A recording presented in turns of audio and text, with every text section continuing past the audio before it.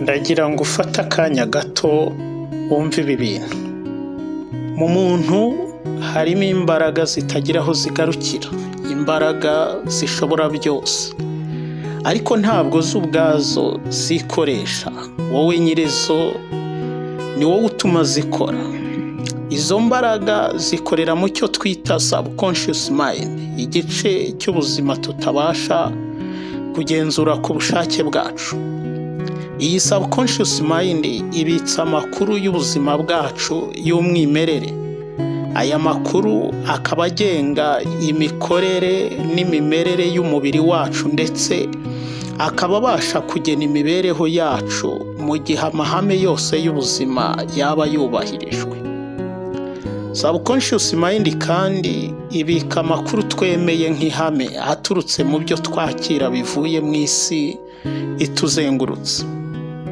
Aya makuru yose abikwa muri subconscious mind yacu, kandi niyo yifashishwa n'iki gice kirema ibigomba kuba mu buzima bwacu. Imico n'imyemerere ni ibintu abantu benshi batsimbararaho, bakabishingiraho mu buzima bwabo, bakabigenderaho bagena cyangwa bakora amahitamo ayo ari yo yose mu buzima. Hari abo usanga imico yabo n'imyemerere ari ntakorwaho, ku buryo badashobora kurenga iyo mipaka ngo babashe kwakira imico n'imyemerere mishya. Ibi uzabisanga mu bayoboke b'amadini cyangwa imico imwe n'imwe. Igihe turimo, isi yabaye nk'umudugudu, amakuru aragenda cyane ku buryo bitakigezweho kuba mu mbago ngufi z'imico cyangwa imyemerere. Kuba amakuru agenda asakara vuba vuba hirya no hino bifite umumaro, kuko kunguka ubwenge bushya biroroshye. Abantu bamenya byinshi batari bazi, bigatuma iterambere ryihuta. Nkubwije ukuri, isi ifite ubumenyi bwinshi butazwi, ku buryo bikenewe ko umuntu yiga ibishya buri munsi. Igihe turimo, abantu batiga bazajya bisanga barasigaye inyuma cyane, ku buryo bizaba bigoranye gucungura igihe batakaje. Umuco ni umurongo ngenderwaho wa sosiyete, imyitwarire n'imyifatire ituma abantu bakomera ku bumuntu cyangwa ku ndangagaciro zabo, bigatuma ubuzima bugenda neza. Ndagira ngo nkwibutse ko Imana irema umuntu yamushyizemo ubuzima bw'umwuka. Ubu buzima bw'umwuka bukaba bubitse amahame n'amategeko ayobora ubuzima bw'umuntu ndetse n'imikorere y'umubiri we muri cya gice cya subconscious mind. Menya ko amahame n'amategeko y'ubuzima byanditse mu buryo budasibangana muri subconscious mind yawe. Mu yandi magambo, umuntu avukana ubushobozi bwo kumenya icyiza n'ikibi. Iyo niyo mpamvu nkubwira ngo nujya gushaka ukuri, ushakire muri wowe. Amategeko y'ukuri yanditse mu mutima wawe. Jya ugira igihe cyo gutuza, uhagarike ibintu byose, ureke wowe wanyawe, umuntu wawe w'imbere cyangwa imbaraga zawe z'umwuka zikuyobore. Izi mbaraga n'ubwenge zizi ibintu byose, zizi ibigufitiye umumaro, kandi intego yazo imwe rukumbi ni uko ugira ubuzima bwuzuye. Nicyo cyatumye Imana izishyira muri wowe. Kudasobanukirwa imbaraga z'umwuka bituma abantu benshi babaho mu bwoba, kuko batazi imbaraga zigenga zikanayobora imibereho. Kutamenya izi mbaraga bituma abantu batamenya ibiba uko bigenda. Aha niho imico rero imwe n'imwe ndetse n'amadini bihera bikontorora abantu. Hari abantu benshi bashyize ubuzima bwabo mu madini n'imico. Kuri bo bakaba batekereza ko ubuzima bushingiye ku idini cyangwa ku muco. Ibi bigatuma batabasha kwaguka mu buzima. Ndakubwira ukuri, umuco ni ikintu ubasha guhindura igihe cyose wakumva biri ngombwa. Itegereze neza ibintu wagize akamenyero, ugenzura urebe niba byose bigufitiye umumaro. ndagira ngo umenye ko ibintu bito bito ukora kenshi inshuro nyinshi tubona bidafite agaciro nibyo birema impinduka zikomeye mu buzima. Iyo ari byiza bizana impinduka nziza, iyo ari bibi bizana impinduka mbi. Ukuri abantu badakunze guha agaciro nuko ibintu byose ubona mu buzima bwawe, ibyiza n'ibibi, ni wowe bikomokaho. Gusa kenshi twanga gufata inshingano ku makosa yacu, twanga gufata responsibility ku makosa tuba twakoze. Ariko ibibi byose n'ibyiza tubona mu buzima bituruka mu migirire yacu. Ndagira ngo utekereze kuri ibi bintu. Mu isi nta gitangaza kihaba. Ibintu byose twebwe abantu ni twe tubikora. Benshi bajya mu madini bashakisha iby'umwuka, ariko ndagira ngo nkubwire ngo idini n'iby'umwuka ni ibintu bihabanye cyane. Kuba mu idini ntibisobanuye kumenya no gukoresha imbaraga z'umwuka. Idini mu by'ukuri ugereranije, ufashe ikigereranyo cy'ibyo ryakabaye riri cyo n'icyo riri cyo, usanga atari ikintu umuntu akwiriye kubamo, kuko hari ibibi byinshi biterwa n'amadini. Idini ryakabaye ari ahantu abantu bigira bakamenya Imana, bakagira imico n'ingeso zayo, bakamenya isano bafitanye nayo, bakaniga uburyo bwo kubana nayo. Ariko ibi siko bimeze, kuko turebye amadini haba mu gihe cya Yesu ndetse no muri iki gihe yagiye agaragaza ibimenyetso birwanya ukuri. Uyu munsi amadini yabaye business, ku buryo benshi bayashinga bashaka kugera ku butunzi. Turi mu gihe abantu bakeneye ukuri, bakamenya ukuri kubasha kubageza ku buzima bwuzuye. Impamvu tuvuga kumenya ukuri ni uko byinshi bigize ukuri byagiye bigorekwa, bigakoreshwa mu nyungu z'ababikoresha, ariko ukuri kurahari. Umumaro w'idini rero ni muto cyane mu buzima kuruta ibibi rishobora guteza. Abantu benshi mu madini batinya gukora ibibi, atari uko bafite uwo mutima, ahubwo kubera gutinya amaso y'abantu.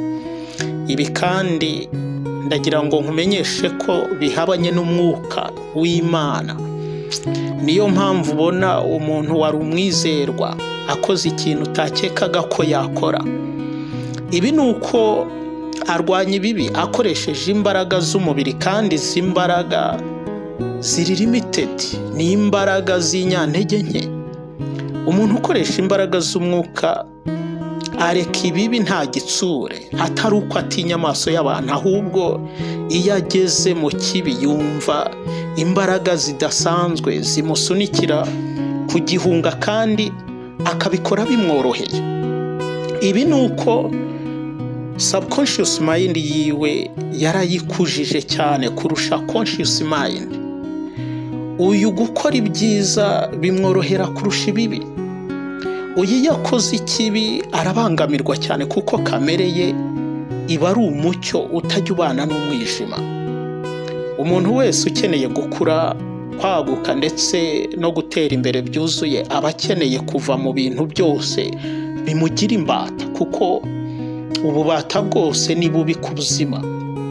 Genzura ububata waba urimo, kuko birashoboka ko ariyo ntandaro y'ubuzima bubi ushobora kuba urimo. Ububata bushobora kuba inzoga, bushobora kuba itabi, bushobora kuba ubusambanyi, ububata bushobora kuba idini, cyangwa n'ibindi wagize akamenyero, byose bidafite umumaro mu buzima bwawe. Ikintu cyakugize imbata uzakibwirwa no kuba ugishingiraho hari ibyemezo ufata, ndetse kenshi ni ikintu kikubuza kugira ibindi ukora, kandi cyo nta nyungu ifatika kiguha. Hari abumva ko idini atari ububata. Niba uba mu idini ukaba ukeneye kwaguka, rikure mu mutima wawe, uribemo, ariko nturishingireho mu byemezo ufata ndetse uhore witeguye kwakira ubumenyi bushya bwaguteza imbere. Ibi bigufasha kubaho ubohotse kandi bikakuzamurira amahirwe yo gutera imbere. Intego z'amadini ni ugushyira abantu muri norme, ariko zidashingiye ku kumenya Imana mu by'ukuri, ahubwo zishingiye ku idini ubwaryo, bakazishingiraho bakontorora abantu. Urugero, nko mu madini ya Gikristo basoma Bibiliya imwe, ariko amadini mashya ntahagarara kuvuka. Abantu bakeneye gukanguka bakareka kuba ibikoresho, buri wese agashaka ukuri. Ukuri ni ikintu cyose uzabamo ukabona kiguha impinduka nziza mu mibereho yawe. Ushobora kumbaza uti ukuri nzakumenya gute? Biroroshye cyane. Itoze gusoma, itoze gutega amatwi, gerageza kwiga. Igihe kimwe ukuri uzahura nako, kubera ko iby'Imana byose intego rukumbi bifite ni ukurema ubuzima bwuzuye. Kuba ubuzima bwawe bugenda neza ni ikimenyetso cya mbere kizakumenyesha ko wamenye ukuri. Icyakora kumenya ukuri ni urugendo rudahagarara mu buzima. Niyo mpamvu dukwiye guhora dushakisha ibyiza bisumba ibyo tureba uyu munsi, kuko birahari. Ndagira ngo mbwire wowe unyumva ko umuntu wese ukubwira ko intego y'ubuzima bw'umwuka ari iy'ikindi gihe gihabanye n'icyo turimo uyu munsi, azaba kuyobya. Intego y'umwuka si ijuru cyangwa gutunganira Imana nk'uko amadini abivuga. Intego y'umwuka ni ukubaho ubuzima bwuzuye kandi none. Impamvu ni uko ukubaho uyu munsi nibyo bigena uko uzabaho no mu gihe kizaza, yewe na nyuma y'urupfu. Ukwiriye kumenya ko uko uriho uyu munsi bituruka ku migirire yawe y'igihe cyahahise. Bisobanuye ko imigirire yawe ya none niyo igena imibereho yawe yo mu gihe kizaza. Izi mbaraga za subconscious mind twazihawe ngo zituyobore mu kuri k'ubuzima, zitwigisha ibyo tutazi by'ingenzi, zidukorere, ziturinde, zidukize igihe twarwaye, ziduhe ubukire, ziduhe kubaho ubuzima bwuzuye. Uko waba uri kose, aho waba uri hose, nta hantu utabasha kugera, nta cyiza utabasha kugeraho. Vuga uti birashoboka, gusa ubyemere. Icyo ni cyo cyonyine usabwa. Menya neza ko iyi si dutuyeho buri kintu cyose kigira ikinyuranyo cyacyo. Ubuzima tubamo ni amahitamo. Izi mbaraga niyo shusho y'Imana mu bantu, ni umucyo, ni ubwenge, ni ubushobozi, ni urukundo. Izi mbaraga ni ibyiza byose by'ubuzima. Izi mbaraga nta bwoba zigira, ntiziyoborwa n'amarangamutima. Izi mbaraga niko kuri k'ubuzima kuzuye. Tukwibutse ko izi mbaraga ziba mu muntu wese, nawe zikurimo, kandi igihe cyose waba usinziriye cyangwa ukanuye, zihora zitegereje ko wowe uzikoresha. Kuzikoresha ni amahitamo yawe. Ukwiye kuzimenya, ukamenya kandi uburyo wazikanguramo kugira ngo zikore. Uyu munsi ushobora gushyira umutima ku guhamya, ukirirwa uhamya ko imbaraga zishobora byose zikurimo. Ejo ukirirwa wibaza icyo wakora kugira ngo uhuze izi mbaraga n'imibereho yawe.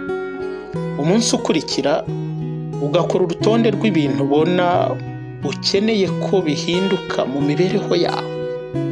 Warangiza imyumvire yawe ukayiremamo kwizera guhamye, gushikamye kuri izi mbaraga. Buri munsi ibikorwa byawe ukabihuza n'iyi myumvire. Imana irema umuntu yamuremye kugira ngo yo ubwayo imubemo, ikorere muri we, ibe mu isi mu buryo bufatika. Kubaho kwawe si inyungu zawe, ahubwo ni inyungu z'Imana. Ukwiye kuyigirira icyizere kuko ikwitaho. Imbaraga zayo muri wowe zihoraho. Yigirira icyizere, wikwirwanirira ubwawe nk'umubiri, ahubwo mu byo ukora byose koresha umwuka w'imbaraga z'Imana ziba muri wowe. Gira intego nziza mu buzima, ushyigikire ibyiza ku bantu bose. Shyira umutima kuri wowe ubwawe, iyiteho, we gushyira umutima ku bantu no ku bintu. Hora ushaka kumenya byinshi kuri izi mbaraga. Izi mbaraga kugira ngo uzikoreshe zikenera kwitabwaho. Iyo utazitayeho ziraceceka. Conscious mind yacu igendera ku marangamutima. Ibyemezo byose dufata dushingiye kuri conscious yacu biyoborwa n'ubwoba dufitiye ubuzima cyangwa ibindi bintu. Niyo mpamvu twibeshya kenshi tugakora amakosa menshi mu buzima. Iyo ibi tubigize umuco, ni hahandi usanga ubuzima bw'umuntu bwuzuye umwijima, akaba mu buzima bumeze nk'igihano bumubabaza. Ibi bikomoka ku gihe kirekire wabayeho utita kuri izi mbaraga z'umwuka. Wagwije mu buzima ibyemezo byinshi bipfuye, birangije birema ingorane zisukiranye. Tukiri hano, ndakumenyesha ko igikorwa icyo ari cyo cyose ukora none kiba gifite ingaruka mu hazaza, waba ubizi cyangwa utabizi, ubyemera cyangwa utabyemera, niko bimeze, ni ihame. Niyo mpamvu Imana yashyize umwuka muri twe kugira ngo tuyoborwe n'ubwenge bwawo mu byo dukora none, kugira ngo ubuzima bwacu buzakomeze kuba bwiza mu hazaza. Wikumva ko kuyoborwa n'umwuka ari igitangaza. Nibyo, kuyoborwa n'umwuka birahambaye, ariko niko ubuzima bwubatse.